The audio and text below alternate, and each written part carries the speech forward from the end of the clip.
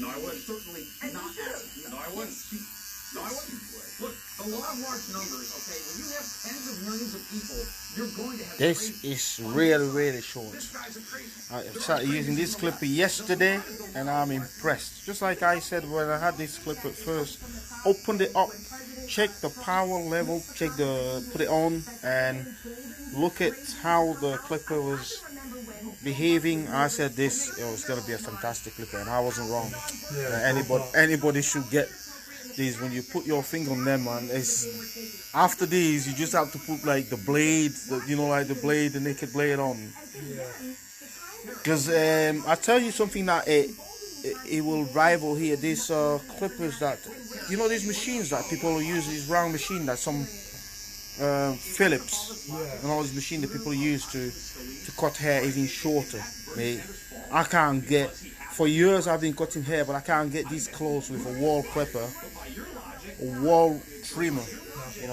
I can't get that close. This is definitely a gift everybody should buy. Yeah, really. It's got no names. Just call like that. It's got no name. Just call this. It's called the hair clipper there, and it's called ALT8 hair clippers. That's all. But that is magical pair of clippers, and everyone should get one of these. And since yesterday I've been running these. It's not died yet, so it's still got same running, power, and than yesterday, so it's not even lost any strength yet. And it's only light.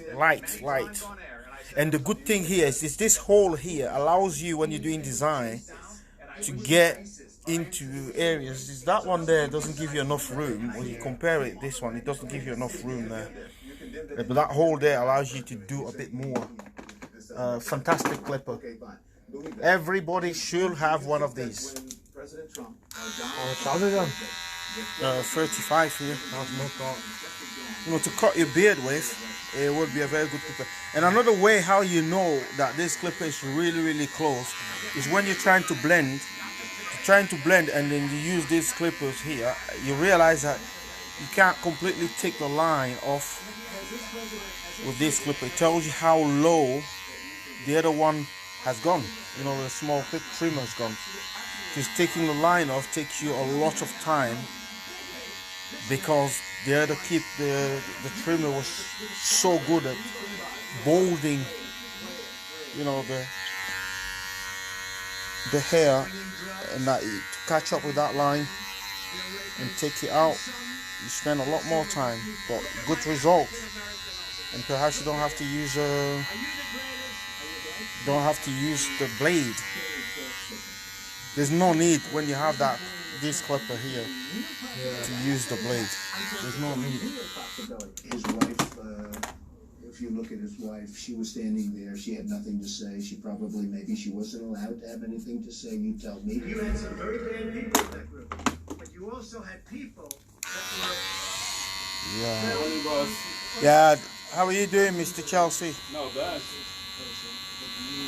Oh, will you be doing bad tomorrow, aren't you? I'm not going to take drugs now. They'll be alright for that. Now, this is a wall clipper. It's a wall clipper. It's a cordless wall clipper. It's not insurgent. The word is racist. Also, no, it's not racist. Stop. No, it's not true. And, by the way, he reversed himself and said... What's that, sorry? I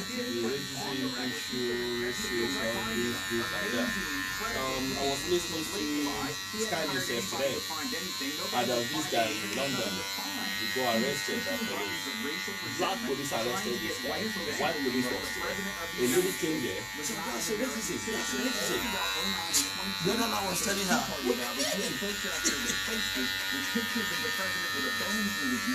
So because to you, because there was look. So to you, because there was a black police officer involved, then it cannot possibly be racism. It can't. No. I'm asking you the question. police that arrested her, it was a black man. Right. And the lady came, that lady, he said, oh, that's racism. Why is that racism? So this was a passerby.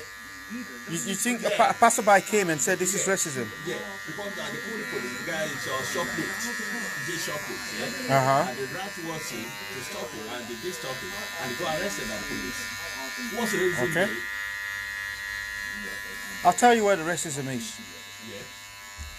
You cannot say, there could be an argument to say that this is racism.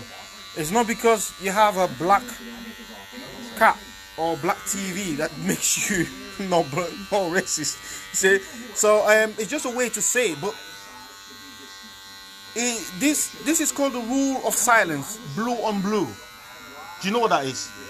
Derek Chauvin that killed George Floyd, he had other police officers there who were Chinese, mixed race, all sorts. Some of them now say that they were against what he was doing, but they couldn't stop him. So you have peer pressure as well. You see what I mean? So you have peer pressure. You have to fit in. So for some officers, you try and fit in the gang, because it's a gang. Yeah, to try and fit in so that you look good with the rest of the gang, you will have to stay silent to some actions, or sometimes you have to show that you're not the one that makes justice prevail. You see what I mean? Like, you know better than everybody else, so you don't want to be clever more than everybody else. You see what I mean? If you're trying to do that, they try and kill you. They try and, stab you all the time. I mean, like, stab you.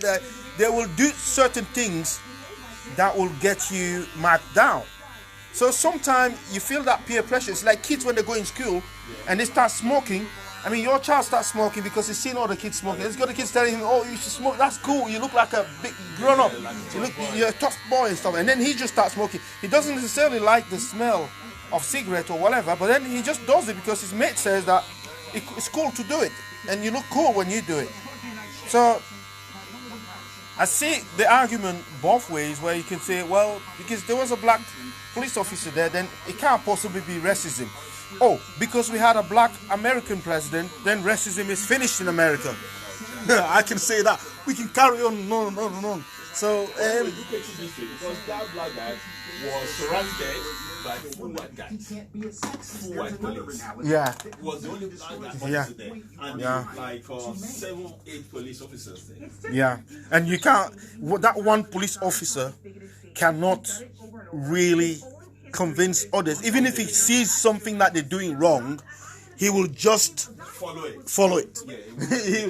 Don't expect him to step in and stop the wrongdoing the way you think. It's not going to happen. So that's reality, peer pressure, and sticking with the group. It's called the rule of silence. So you just kept silent so that you don't get picked out. You don't get taken as the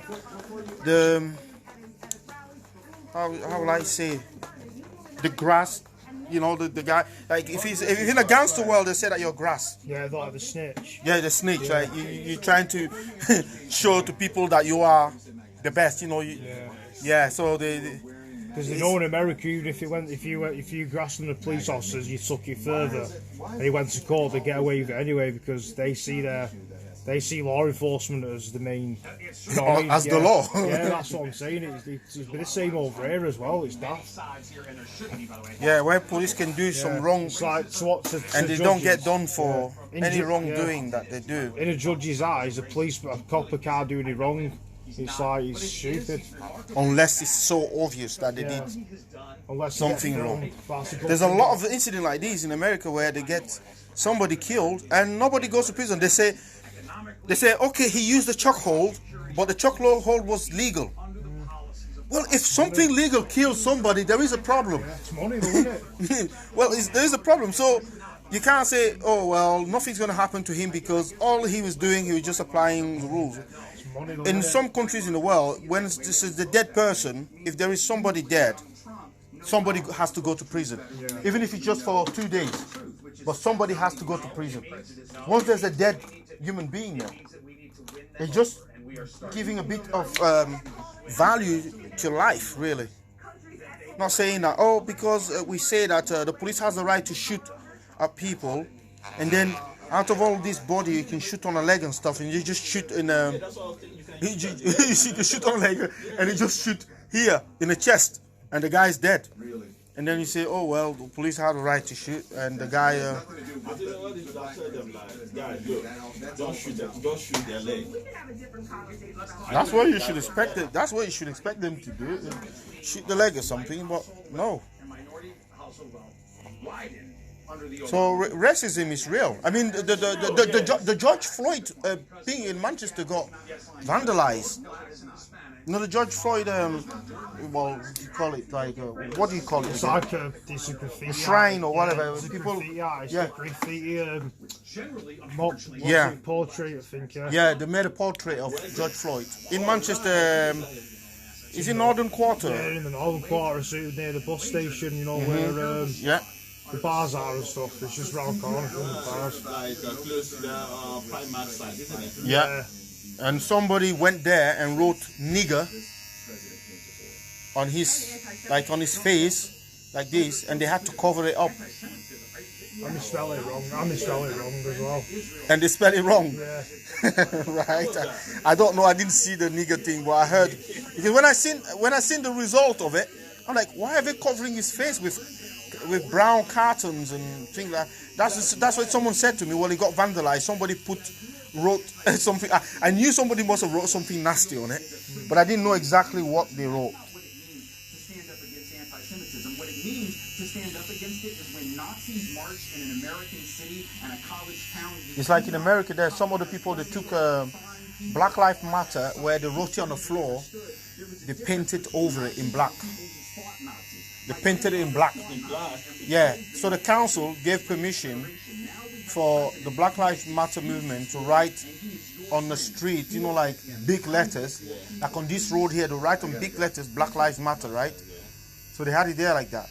And some Trump supporter did not like it. So they went down there, took black paint, and painted the yellow thing black. But it was still readable, so you could still read Black Lives Matter, but it was saying black. This is taking on the dark. No, some people are just scared. Some people are scared that, you know, that they're gonna lose something. They're gonna lose something when the other one gets free or get the freedom, get treated equally. And Mr. Trump is an advocate for injustice, because he says, when he said to him that, oh, black people get killed by police, he said, so is white people. He said it in an interview. He said, so it's white people. He said, honestly, there's more white people killed by the police, and that's truth.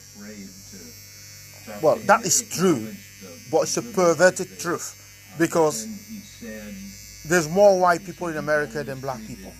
Now, here we're not talking about the number of people dying, you know,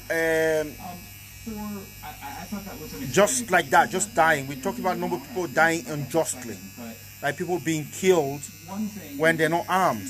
And if you go and look at the statistics, you see that most of the white people that get killed, they probably were involved in a shooting with the police when they got killed. So you can't put them in that statistic. He knows what background means. He knows his way around the media. How could he be? Yeah, there's a lot of things. There's a lot of things that people say. Like when you say Black Lives Matter, they say, "Oh, all life matter," or they say, "White life matter too." So they just try and water down the message. So my house is burning. Please come help me. Come help me, you know, extinguish the fire and stuff. And then someone will say, well, then you start saying that all house burn anyway. No, come help the neighbor. His house is burning. Which he creates, and he just, you know, has certain views, and the scene after scene where one of the people in the White House, where did you get that? And said, well, I've always thought that for 30 years. Well, and then he'll just say, if you disagree with me, you're wrong. And that's it. And there's not, and then they bring in Gary Cohen, who's the chief economic advisor to Trump in the White House, had been the president of a little investment bank called Goldman Sachs, and had literally this is a made top billions of dollars clipper. for Yeah. Definitely hundreds of recommend. billions of dollars for himself. And if you know anything about Goldman Sachs, it's data-driven. If they'll bring in piles of evidence and studies and reports, economic data, and he would take things like this to Trump, and it was just, I don't care about that. They come in on the World Trade Organization. It sounds like an abstraction, but it's real. And Trump says this is the world's worst organization. We never win a case. And Cohen says, well, the United States has won 85.7%. Not just 85%, but 85.7%. And Trump, I don't care, that's not right. And we'll call your people, call your trade representative. No, I'm not going to do that. So there's just the Do you want to reduce this and everything, or just Yeah, the please, mustache? yeah. Just reduce it a little bit. And there's this tremendous simplification of the world. I think at one point in the book he reintroduces handwriting and finally distills his view of trade. Trade is bad. Yes, That's his view. yeah. And this is the nationalism, this is the isolation, this is the... Now, he never, in fairness, he never said that, but he actually wrote it out in trying to revise the speech. And if you dig into this, you see that's really kind of his view, that somehow if we have a trade deficit with the country, they are stealing money from us, which 99.9% of economists would say is not the case. But Trump found two who would agree with him, people in Navarro and Wilbur Ross, the Commerce Secretary, and so Trump and those two people, and left, right, Democrats, Republicans, just say you shouldn't do these things, and it's the wall. Yeah, and there's lots in the book about trade, and it does seem to be one area where he has had a consistent view. Say what you will about it over a long That's period it. of time. And Job he's done. constantly Happy trying days, to man. act on his views to pull out of the U.S.-Korea trade agreement. From the head pull out after of NAFTA, international line, that's all to 67 LR WTO, 186 stand for strict censure. add more tariffs on China right now.